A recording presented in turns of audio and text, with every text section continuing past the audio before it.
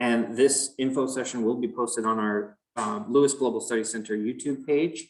So if you're tuning in online, welcome. We're here to talk about the Ewha International Summer College, Summer International College Summer Exchange. And this is a really exciting program for me to talk about. We're joined by our very esteemed colleagues, Lisa Johnson, she's on the line. You can't see her there, but she's behind the scenes on my screen. Wait a second, here she comes. Keep your video on, wave again. Here she is. And Professor Sukmasi, hi, welcome. It's good to see you. Thanks for coming.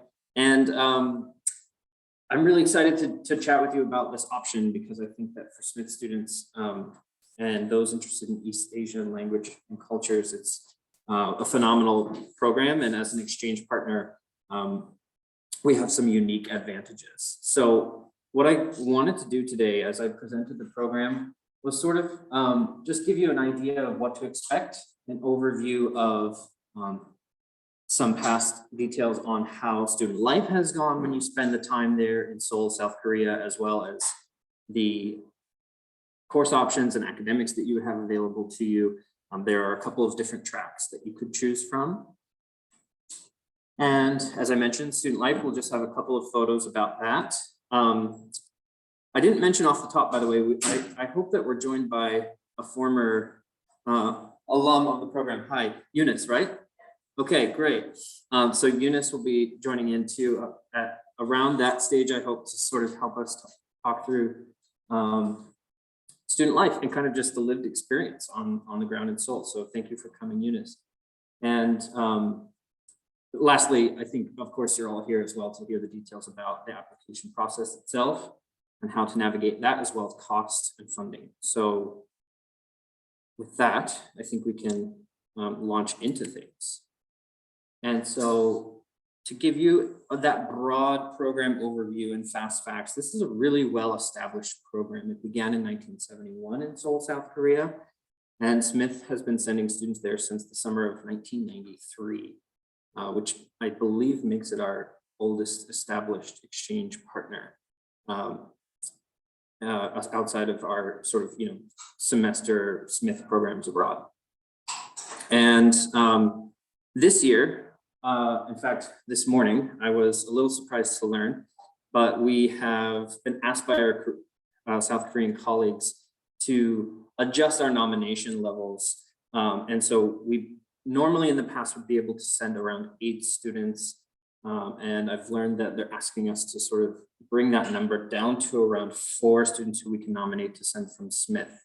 So still some conversations to be had there, but this year, I believe that what they're hoping to do is mitigate some risk and continue to keep the overall student population circulating through the program lower than usual. So I had hoped to bring to you sort of an idea of how the pandemic and how that has impacted life in South Korea. But I think that number is quite telling and gives you an idea of, for summer 2022 anyway, how they anticipate running the program and sort of bringing in COVID risk mitigation measures. The program dates for this year will be June 28th for arrivals, with the orientation starting on June 29th. And then the session 1 program will run through July 28th. Nominees to the program will be invited to apply directly to the program by Ewha's May 18th deadline this year. Okay, and while it's not a requirement for the program, the selection committee has in the past and does continue this year to strongly prefer students who've completed 1 year of Korean language study. Just another note about the dates that you see here as well. That is for session 1. Ewha does run 2 sessions in the summer, and you have the option to extend your stay. This would come at your own additional expense, but you can add on session 2, which runs from August 8th to August 24th, and that's at your own expense. So about an additional month or so on the ground in South Korea. Now for course options. So I didn't want to give you a whole lot to jot down, because at the end of this presentation, I do have a QR code where all of the information that I'm going to say to you right now about course options is listed in the website for the program. But there are a lot of really exciting course options this year, available in areas like business and econ, Korean studies, music and art, social sciences, the humanities, and politics and international studies. And this picture that you're seeing here kind of gives you an idea of the campus environment and feel on the ground at Ewha. So a really exciting part of the city there in Seoul. Students have to enroll in one 3-hour-long course in Korean language, and then they have that second course that they would enroll in from the options that I just listed previously. The other thing to mention about courses and sort of the way that the program is structured and delivered, courses are taught in 3-hour blocks, both in the morning and in the afternoon. So it's a quite intensive program as far as academics are considered. And in the structure of the week, let's say, Monday through Thursday, you're in the classroom, and on Friday, if the program is continued to be delivered in the way it has in the past, some question there, because again, about how they'll deliver activities may change this summer, but Fridays are reserved for field trips, and I think Eunice will be helpful to back me up on just how that typical structure of a week has looked in the past as well. So that's a good transition actually to student life. And one thing I was able to do, I got a really great piece of communication from our colleagues there, and they shared some wonderful photos of activities that the groups have run in the past. And so you can see that the group visits the demilitarized zone between North and South Korea. And they've also taught things like, getting involved in the K-pop dance and other really fun and interesting excursions, I think, too, around the city. So I actually think that might be a good point for me to pause, and we can come back to you, Eunice, too, at the end for questions. I hope that's okay. But if you want to now, could you just tell the group a little bit about how student life was, how your overall experience? And I think it would just be good to hear from you on, on a couple of different program components. Yeah, so I really did the program. I went back in 2019. Obviously, it will probably be a little different. And so I lived with a roommate, a randomly matched roommate, and I was scared about that because, roommates can be hard, but she was so great. She was fun. And the rooms are also really nice. There's a bathroom inside the room, and there's also, I'm assuming they'll, use the same building, but there's a little balcony area, nice view. And the hardwood, there's a mini fridge in the room, so if you want to make your own food, that's an option, but then there's also kitchens in the dorms as well. And so we're not on a meal plan, so you have to figure out your own food. You can go out to eat, or you can go to a convenience store, buy your own food. And there are lots of restaurants right in front of Ewha, and then within the campus as well is what's your name again? Angela. Angela, yeah. We see that big glass building. There's a bunch of restaurants in there, and so that's usually really where all the classes are. So you can go right for class and grab breakfast. And I took 2 classes. I took the Korean language class, and I took the Korean society and culture class. And so it was kind of intense, like Bill mentioned, but it was very manageable. And I also had to walk around campus and use the library to book and that kind of fun stuff. And so I felt like a real student. I also did go on a couple of the field trips. I went to the SM Town Museum, I think that's what it's called. And then I also went to the Hotel World, one of the fun amusement parks. And so we would all go together and take the subway and then get to walk around. It's really fun. Yeah, it was a really good time. I feel like since I'm not from a walkable city, living in Seoul for like a month was really fun and exciting and eye-opening, and I really enjoyed it. Eunice, can you talk at all about the exchange buddy? So your roommate was from Hong Kong, Yes. right? Yes, and then they have like a separate program where you get matched with like actual Ewha students. I should mention this earlier, but like in the classes that you take, there are also like Ewha students that are taking, you know, some classes for extra credits or whatever. And so you get to meet them, and it's kind of cool, but then you also have your peace buddy. And so your peace buddy will like show you around Ewha a little bit. And so my peace buddy, I still follow on Instagram. She like showed me her favorite like macaroon restaurant, and so we went there and it was really nice. And so she's just like a guide to campus, and if you have like questions about like fun things to do or really nice. Yeah, great. Thank you. And I also thank you for allowing me to introduce myself. I'm not even sure I said my name at the beginning. Yeah, great. So we'll come back at the end as well and try and open things up for Q&A. We're making really good time. So we've now talked about sort of course options, the overview of the program. Eunice gave us some really good insights on the student life aspects as well. And then the next thing that's important to talk about is the application process. So if you're interested in being considered for nomination by Smith to the Ewha International Summer College, you should first start by applying Insights. And you can find the program. It's a little confusing because there are two options, but one is for credit transfer, and the exchange program that you see in the second option is for the nomination process. Okay, so make sure that you're applying for the exchange and not the International Summer College, which can be a little bit misleading.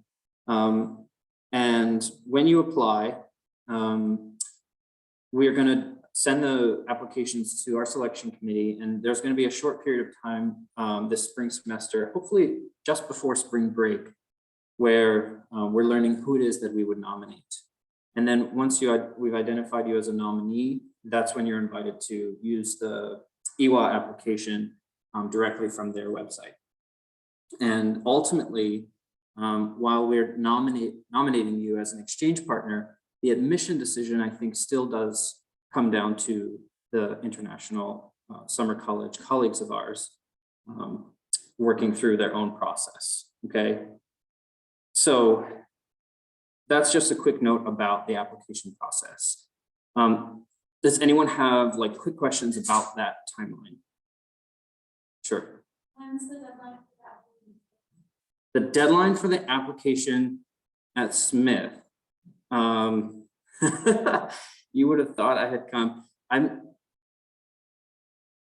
March. Lisa, jump in here if you have that document right in front of you. But I think we had said March. Is that too late for a spring break? Sorry, just give me one moment. I'll pull up another. I'll pull it up, Angela, just a sec. Okay, thank you. Thanks. Yeah, good question. For nominations, that deadline will be important to know.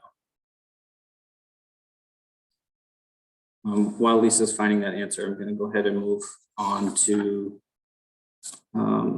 costs and funding. So this year, interestingly, housing costs have actually come down from 2019, I believe.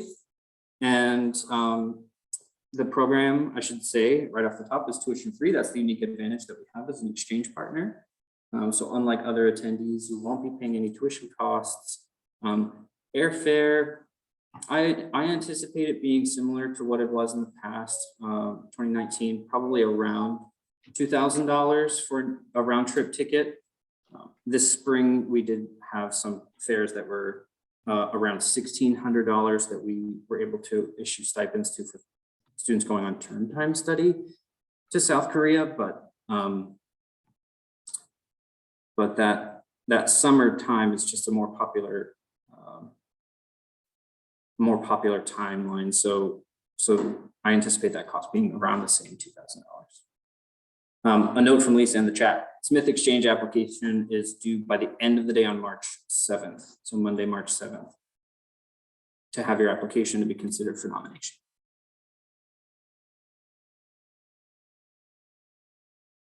Okay, back to costs. So I was mentioning that the costs have come down by about $75 or so on each end, and you have the option to choose at Ewha a single or a double. And it sounds like Eunice, you went with a double. And you mentioned something about food costs there too. It's not a meal plan per se, but you have options both on campus and off, but maybe both average out to around the same cost. You can let me know if other people that had a different experience with food costs, Eunice.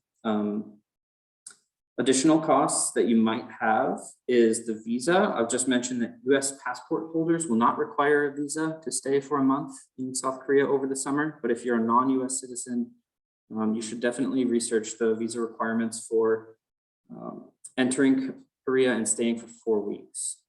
The easiest way to do that is to reach out to a consulate or embassy for Korea in your home country or Ewha directly. They have a lot of experience with advising international students, and so they may have some quick answers or FAQs if you're looking for answers on visas as an international student traveling from the US.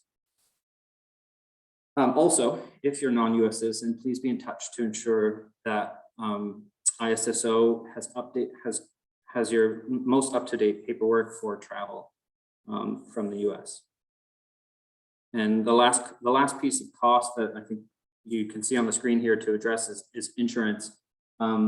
Although if you're able to present to, this is an Ewha requirement that you have international insurance, but as a 5-college consortium member, we have a couple of different options. There's an AIG travel guard insurance policy that you become automatically eligible for in the summer. And if you're on Smith's student health policy for insurance, then you're also covered through August 14th. So either of those options would be suitable for Ewha's requirement. To defray some of these costs, there are some really good opportunities out there. And when it comes to funding for summer programs, it's one of my favorite topics. So I think what I like to do is think of it as a bubble that you can shrink or expand depending on your need. So take a look at the cost of the program, create a budget sheet for yourself to understand, based on your situation, sort of what will be your final costs. And your situation can be different. I think students sometimes spend frugally when they're on the ground, and sometimes you may want to splurge and take a weekend field trip that you mentioned, Eunice, and bring home some interesting souvenirs. And so that can be highly personal. But when you've identified that, for sure, if you haven't already been awarded monies from the International Experience Grant, please apply to that. It's issued through our office, and awards are generally around $1,000. So there's information about that on the OIS website for summer and interterm opportunities. And this is keeping that bubble that I was talking about with funding local to like the Smith institutional level, right? The IEG is a great one, but there are also departmental scholarships that are available to you and grants as well. I just learned recently about some funds available through the music department. You don't have to be a music major, but if, for example, like the traditional Korean music course at Ewha is interesting to you and you're known by the music department, there is something called the Rose Prize or the Rose Fund. And, that course that I just looked at the description earlier today, they're teaching you to learn to play the hayagum, like the traditional 6 or 12 strings Korean instruments. It's really, really cool stuff. And so at the departmental level, again, keeping the bubble sort of at the local institutional level, you could have some opportunities there. And I know that East Asian languages and cultures also has the Mary Maples Dunn Award as well for language study. Okay, then you could expand that topic out and think about like nationally competitive awards. For example, Summer 2022 applications to the Gilman Scholarship for any US passport holders are open until March 1st, I believe, is the deadline. And there's no deadline for, there's no eligibility requirement for how long your program has to be, and certainly a 4-week-long program in South Korea would be a good fit. So the Gilman, Gilman scholarship is something I highly encourage you to do. Nationally competitive, I put that in air quotes because it's a State Department money source, but 1 in 4 students who apply are generally awarded a Gilman scholarship. So really great chance, actually. And those award amounts are actually a lot higher as well. I'm not sure if Korean language is still considered critical need, but the typical, I'll start at like a typical Gilman scholarship is around $3,000, maxes out at $5,000. And then if your program has language components that are considered critical need by the State Department, then you could be considered eligible for an additional $3,000. So always worth a shot. Definitely that. And that's one example of if you expand your funding bubble out nationally to some really great opportunities. Yes.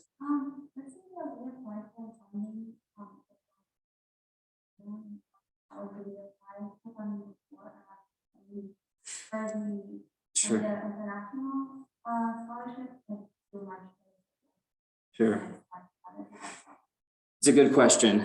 So if that didn't make it here to the lectern, I'll just repeat. What happens if you apply for funding and don't get accepted to your program, or how do you work out like different timelines, because the deadline for funding is before the deadline for nominations? Thank you for asking that. I always like to think about it as having like 2 tracks going simultaneously. And generally for external funding, maybe internally too at Smith, you just have to be you just have to have the intent of applying, or show that, this is my program and these are the costs. And you don't have to have acceptance or nomination in order to start your application and submit an application. That applies to Gilman, and I'm sure so too for IEGs and other things on campus here as well. So you can have sort of both plates spinning in the air at the same time. And I think that if you're awarded the funds or get a notice of acceptance and that you would be receiving funds, but then you find out that you weren't nominated to the program, it depends on how those timelines work. It could shake out that way. Then you may turn to some other opportunities in the summer to keep the source of funding coming to you, but look at a change in plans if needed. Yeah, that's a good question.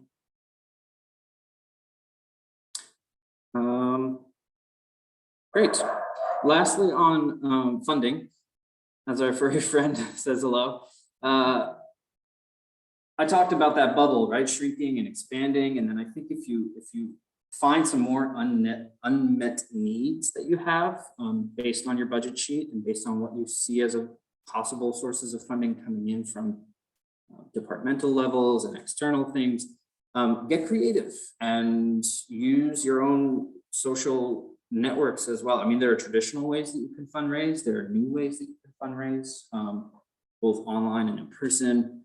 And like in my case, for example, I'll age myself, but I did a letter writing campaign. And when I was heading abroad, I knew that I was going to have a gap of pretty much the cost of my ticket. And an old high school coordinator for my enrichment program reached out to me and invited me to park cars for a day at a festival happening in my hometown. And that ended up being the $900 I needed for my costs for flights. So if you don't ask, you'll never know what you could receive. And I think you'll be surprised actually how many people are really supportive of students having these kinds of opportunities. So that's the gist of it. Like I said, I didn't want to overload you with too much about like a lot of the academics and such, because you can access those details and see if there's some exciting opportunities for like filling a requirement on your degree and getting some transfer credit from that summer program by using our link on the website for the academics on Ewha side. So yeah, thank you for listening. Are there more? I'll leave the recording going, and if there are more questions, we do have about another half an hour or so. Yeah. If you got in this year, is there any like priority for next year, or as like a senior Smith priority? Like future year? So you'd be, yeah, that's a really great question. If you don't get in this year, are you considered or kept, is your application kept, I guess? Is that part of your question? Or- No, I imagine that you like sort of like being more likely to get in a second time. I see. Or fine as a like rising senior then. Right. Yeah, if you're applying again as a rising senior, I wonder, the selection committee has identified mostly the fact that there are our eligibility requirements, of course, like the 3.0 GPA, the 1 year of Korean language study, but I'm not sure if, Sue, do you want to weigh in there on? The program only the existing students involved, not graduate. Not graduates, right, but as a rising senior? Because it's summer, I think we do graduate in May, right? Usually, and so summer is the program after May, so. Rising senior would be in the summer, we can do your senior year. Yeah. If you are existing student, then you are eligible. So yeah, you're eligible as long as you're an existing student, but I don't know that there would be any consideration for, it's tough, isn't it? Because these COVID years, it's like, how do you account for that? But I'm not sure if we would, it would be based largely, I think, on the volume of applications and the selection committee as well. But it's a good question. Yeah, sure.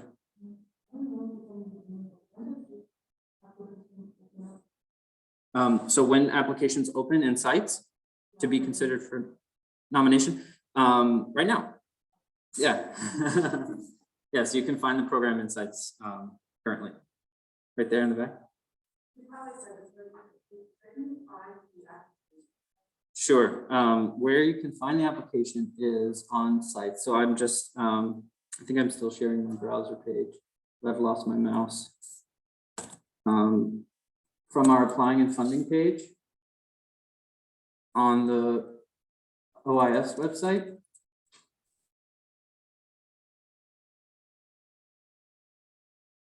Or from the summer and interterm opportunities.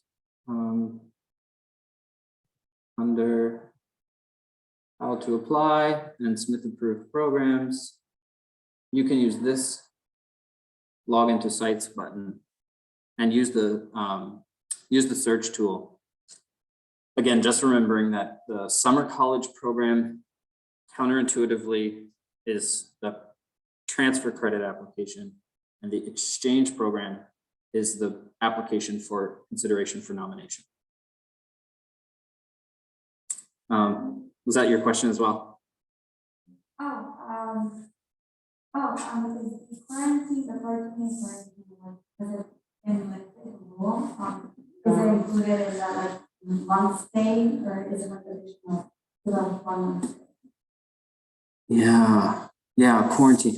It's something I'll need to ask our colleagues at Ewha about, but I don't know if there's anyone in the room who's had more recent travel to South Korea. Maybe you could say what regulations are like right now. I know everything is always changing, but their approach, of course, has been different than ours, and quarantines are handled differently all over. Some of them are mandated, some of them are self-isolation, but tell me your name and I'll get back to you. Evelyn? Okay.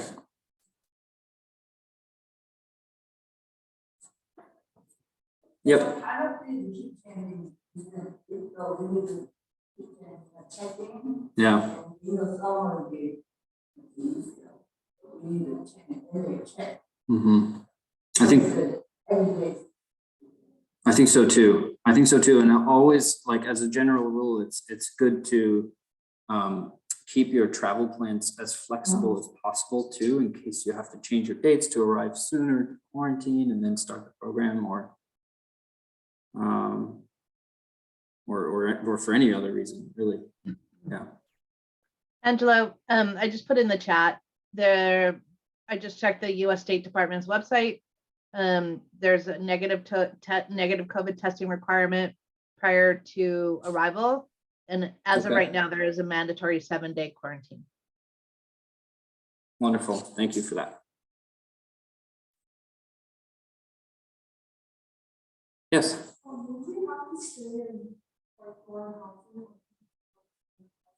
You have to stay in dorm housing. Eunice, I'll maybe ask you to chime in there, whether my inclination is that when we send students on turn time study for sure, and in general, just for risk mitigation and liability reasons, we tend to gravitate towards program affiliated housing. But that seems like also the way that the components of the program are arranged. Is that your experience as well? Most folks on campus? Yes, most people were on the store. I think there was one person who was on the Airbnb nearby, but she didn't go to Smith, so. Yeah. Yeah, in general, that's our recommendation and preference slash potential requirement. I'm not sure. Summer programs are interesting. There's no like official approval for other summer programs, but this being an exchange and the affiliation being official, my guess is that we would steer you towards the program affiliated housing. Yeah.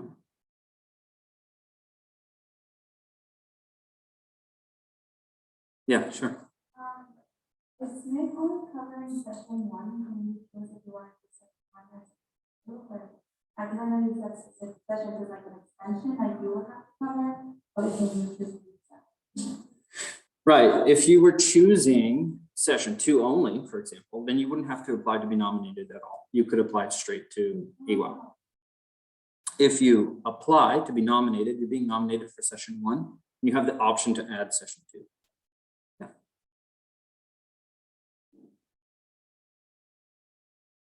Yeah. Correct. Yeah, if you apply just for session 2, then all the tuition and those other fees that we mentioned on the page earlier would be at your additional expense. How difficult is it to accept a program like besides being So difficulty of acceptance.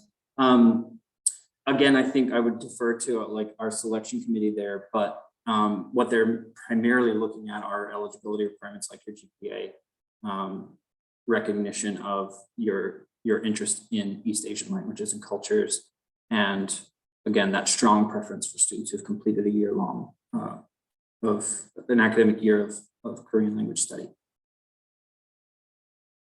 Okay, plus, and at least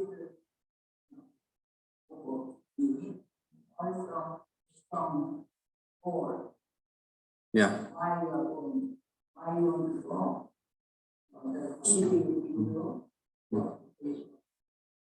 What's the unit?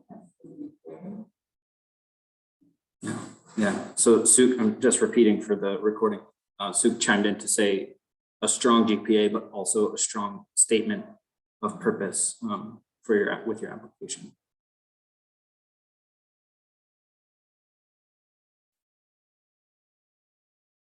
Any other questions for Eunice about like I think it's just so great that you're here, by the way. I want to appreciate you one more time in front of everyone.